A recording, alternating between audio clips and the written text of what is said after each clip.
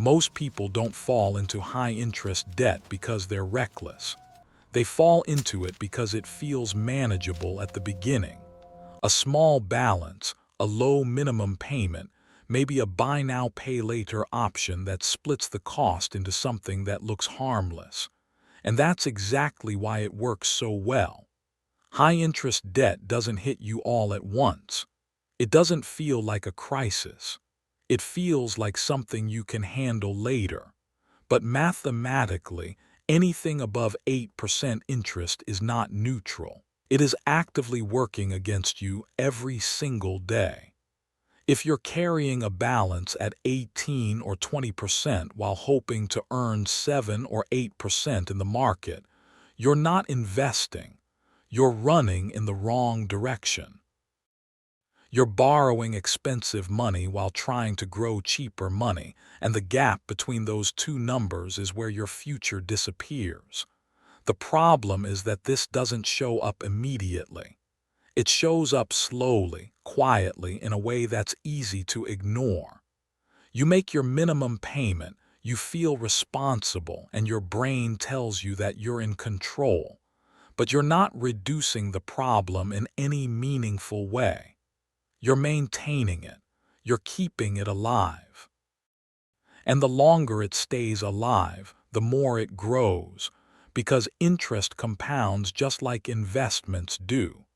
The only difference is that in this case, it's compounding against you. The system is designed so that you stay comfortable while losing. Minimum payments are calculated to keep you in the cycle as long as possible, not to get you out quickly. From the bank's perspective, you are not a problem to be solved.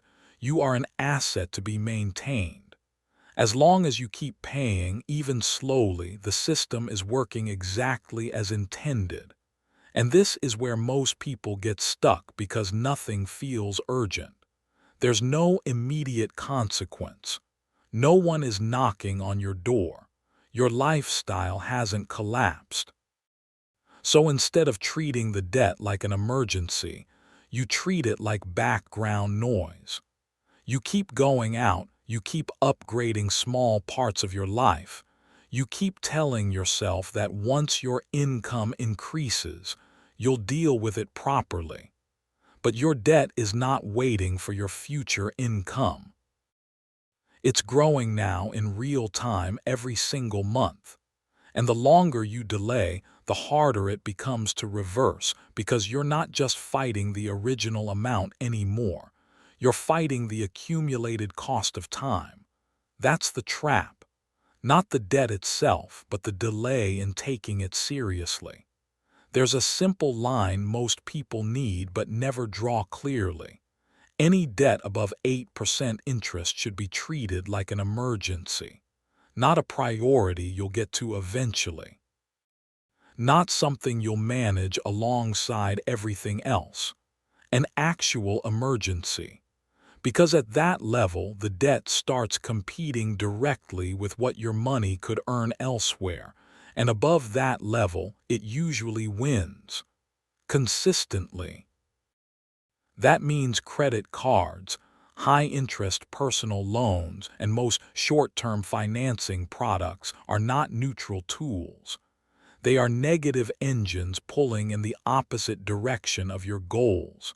And yet people normalize them because everyone around them is doing the same thing.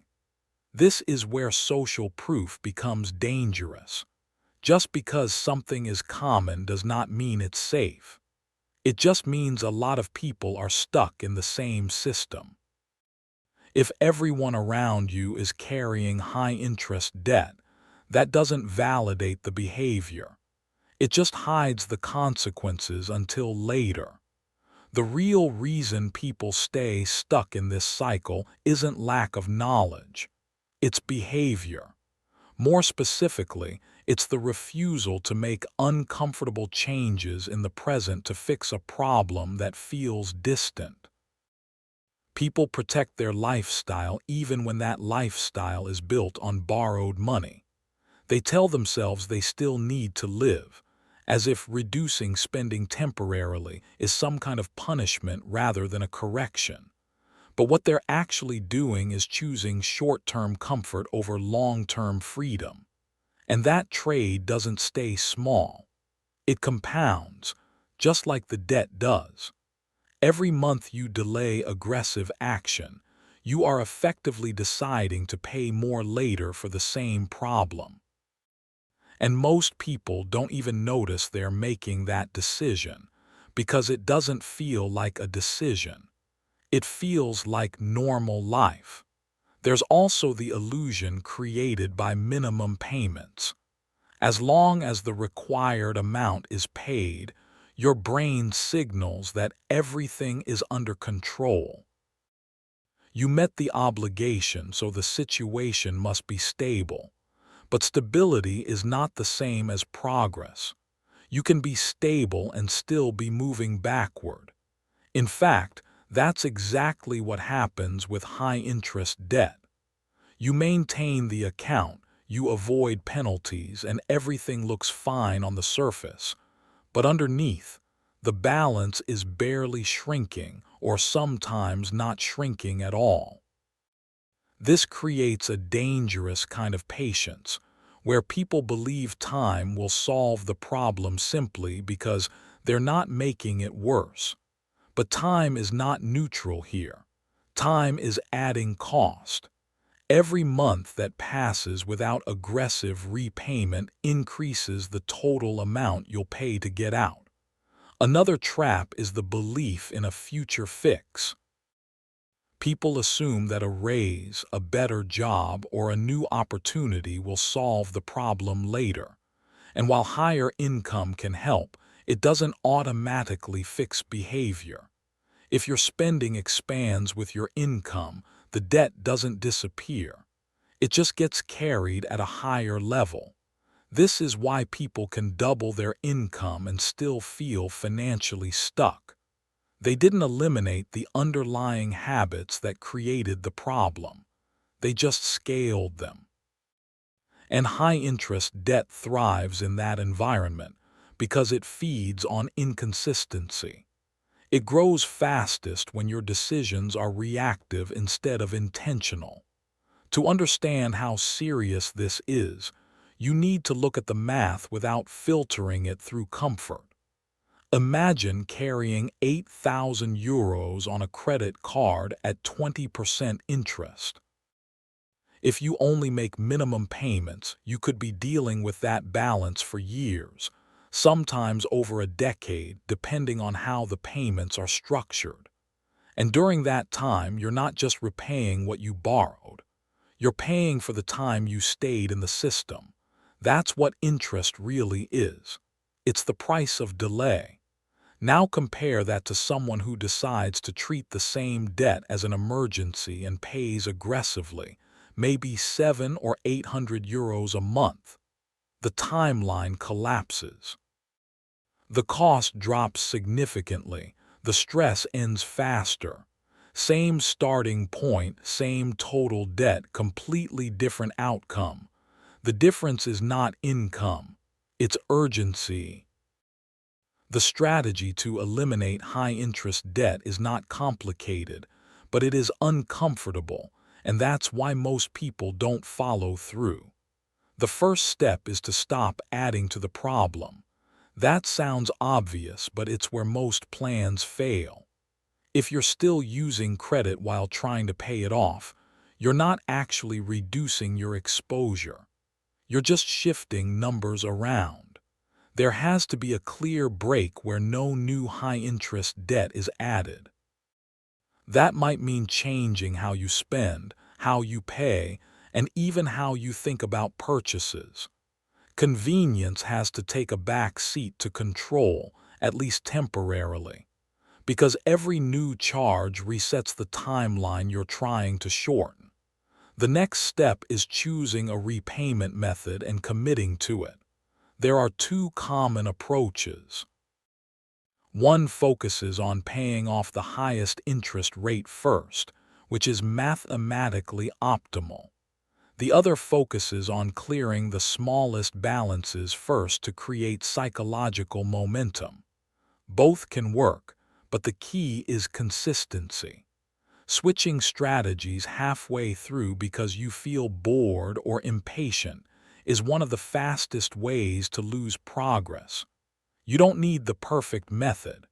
You need a method you'll actually stick to when motivation drops, because it will drop. Then comes the part most people try to avoid, which is increasing the amount you can put toward the debt. This is where reality shows up. You either reduce spending, increase income, or do both. There is no third option. And this is where the lifestyle conversation becomes unavoidable. If your current lifestyle is funded in part by high-interest debt, then that lifestyle is not sustainable. Something has to change.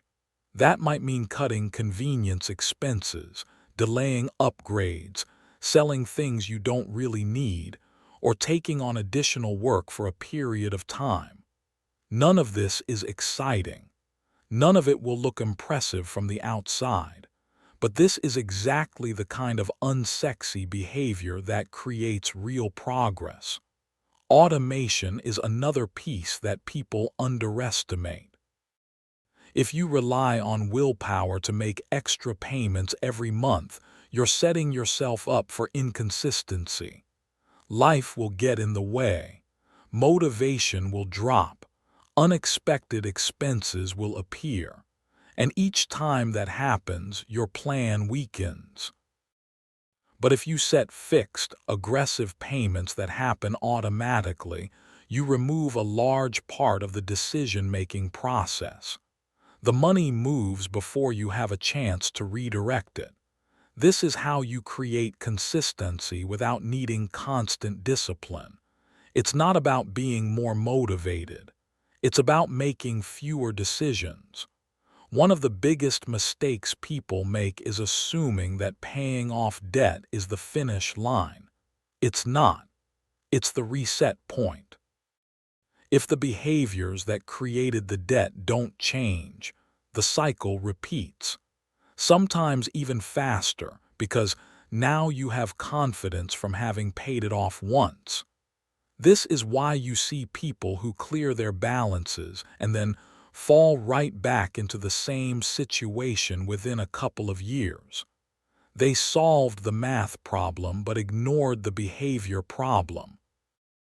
And behavior is what determines whether the result lasts. At some point, there needs to be an identity shift. You stop seeing credit as a way to extend your lifestyle and start seeing it as a tool that can be used carefully or avoided entirely. You stop measuring progress by what you can afford monthly and start measuring it by what you can afford outright or with minimal cost. You stop trying to look financially comfortable and start becoming financially stable. This shift is not visible from the outside. No one will notice that you paid off your debt aggressively or that you chose not to upgrade something you could technically finance. There's no applause for restraint, but that's the trade. You give up short-term recognition for long-term control. Another concept that helps is understanding that interest can work for you or against you, but it doesn't do both at the same time.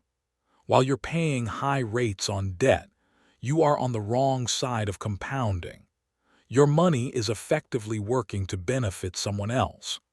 Once that debt is gone, you have the option to flip that dynamic. The same consistency, the same monthly amounts, the same discipline can now be directed toward building assets instead of servicing liabilities. But that only happens after the negative compounding is removed. Trying to do both at the same time, carry high-interest debt while investing, is like trying to fill a bucket with a hole in the bottom. You can pour in as much as you want, but part of it is always leaking out. There's also a mental clarity that comes with eliminating high-interest debt that people underestimate. When you're carrying balances, a portion of your attention is always occupied, even if you're not consciously thinking about it. It shows up as stress, as hesitation, as a subtle pressure in financial decisions. When that pressure is removed, your decision-making improves. You're no longer reacting to obligations. You're choosing based on opportunity. That shift alone can change how you handle money going forward, because you're not constantly compensating for past decisions. In the end, the difference between someone who escapes high-interest debt and someone who stays stuck is not intelligence. It's not even income most of the time. It's the willingness to act decisively and tolerate short-term discomfort in exchange for long-term stability. It's the ability to see through the normalization of debt and recognize it for what it actually is when the interest rate is high, a system that benefits from your delay. And once you see it that way, the response becomes clearer. You stop negotiating with it. You stop accommodating it. You eliminate it.